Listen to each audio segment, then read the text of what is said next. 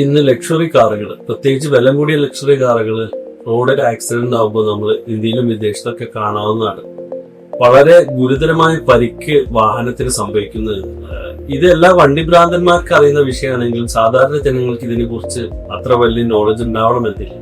കാരണം ഒരു luxury car accident ആകുമ്പോൾ അത് ശ്രമിക്കുന്നത് അതിന്റെ പാസഞ്ചർ ഭാഗത്തെ പ്രൊട്ടക്ട് ചെയ്യാൻ വേണ്ടിയാണ്. അതിനനുസരിച്ചുള്ള സംവിധാനങ്ങളാണ് അതിൽ ചെയ്തിട്ടുള്ളത്.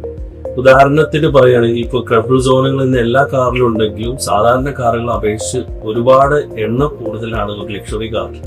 ആ ഒരു വാഹനം ഇടിക്കുന്ന സമയത്ത് അതിന്റെ കംപ്ലീറ്റ് എനർജി അവിടെ അബ്സോർബ് ചെയ്യുന്ന രീതിയിലാണ് ആദ്യമായിട്ട് പൊടിയുന്നത് അതിന്റെ അലോയ് വീൽസ് ആയിരിക്കും. സെക്കൻഡ്, എഞ്ചിൻ താങ്ങി നിർത്തുന്ന അതിന്റെ താഴ്ഭാഗത്തുള്ള ഭാഗങ്ങൾ പൊടിയാനുള്ള സാധ്യതയുണ്ട്.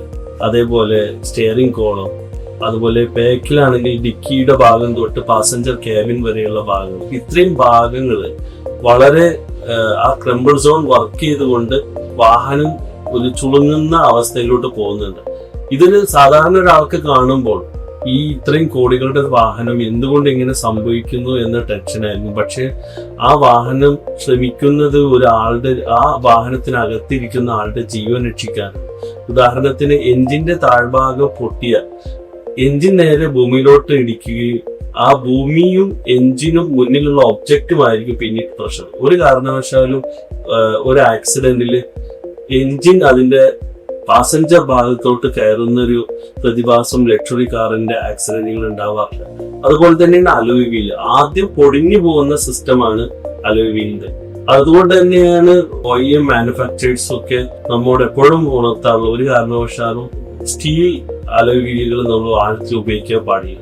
രണ്ടാമത്, നമ്മുടെ നാട്ടിലെ വില്ലനായി വരുന്ന റോഡിലെ ചെറിയ മൈന്യൂട്ടുള്ള ഹമ്പും കുഴികളുമാണ്.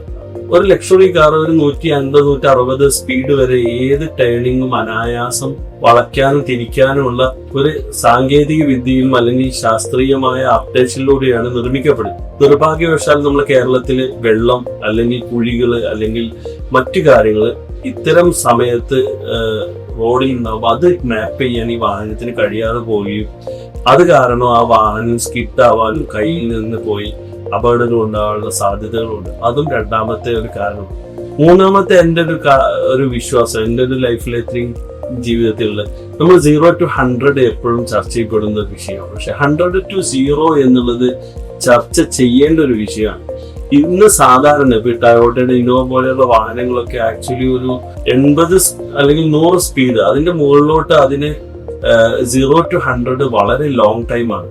അപ്പൊ അത്തരം വാഹനങ്ങളൊക്കെ ബിലോ 100 ഓടിക്കലാണ് ഏറ്റവും സേഫ്.